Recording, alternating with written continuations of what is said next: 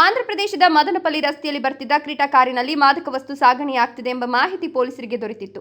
ಗ್ರಾಮಾಂತರ ಠಾಣೆ ಪೊಲೀಸರು ಮಾಡಿಕೆರೆ ಕ್ರಾಸ್ನಲ್ಲಿ ಹೊಂಚು ಹಾಕಿ ಕಾದಿದ್ದು ಕಾರನ್ನು ತಡೆದು ಪರಿಶೀಲನೆ ನಡೆಸಿದಾಗ 20 ಕೆಜಿ ಗಾಂಜಾ ಸೊಪ್ಪು ಪತ್ತೆಯಾಗಿದೆ. ಕಾರಿನಲ್ಲಿದ್ದ 3 ಆರೋಪಿಗಳನ್ನು ಬಂಧಿಸಿದ್ದಾರೆ. ಒರಿಸ್ಸಾ ಮೂಲದ ಮನೋರಂಜನ್ ಮಹಲಿಕ, ರಾಕೇಶ್ ಕುಮಾರ್ ಮಹಾರಾಣ, ದೀಪಕ್ ಸಾಹು ಬಂಧಿತ ಆರೋಪಿಗಳು. ಒರಿಸ್ಸಾ ರಾಜ್ಯದಿಂದ ಬೆಂಗಳೂರಿಗೆ ಅಕ್ರಮವಾಗಿ ಗಾಂಜಾವನ್ನು ಸಾಗಿಸಲಾಗುತ್ತಿತ್ತು. ಆರೋಪಿಗಳು ಮಾದಕ ವಸ್ತುಗಳನ್ನು ಸಾಗಾಟ ಮಾಡುವ ದಂಧೆಗೆ ಸೇರಿದವರು ಎನ್ನಲಾಗಿದೆ.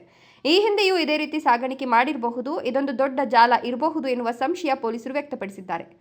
ದಿಬ್ಬೂರಹಳ್ಳಿ ಠಾಣೆಯ ಪಿಎಸ್ಐ ಶ್ಯಾಮಲಾ, ಸಿಬ್ಬಂದಿಯಾದ ಶಿವಪ್ಪ ಬ್ಯಾಕೋಡ, ನಟರಾಜ, ಶ್ರೀನಾಥ್ ರಾವ್, ನಂದಕುಮಾರ್, ಮಂಜುನಾಥ, ಹರಿನಾಥ, ಗಿರೀಶ್, ಶ್ರೀನಿವಾಸ್, ಸುಭಾಷ್, ಚನ್ನಕೇಶವ ಹಾಗೂ ಚಾಲಕ ಚೌಡಪ್ಪ ಪೊಲೀಸ್ ದಾಳಿಯ ತಂಡದಲ್ಲಿದ್ದರು ಅಂತ ಪೊಲೀಸ್ ಪ್ರಕಟಣೆಯಲ್ಲಿ ತಿಳಿಸಲಾಗಿದೆ.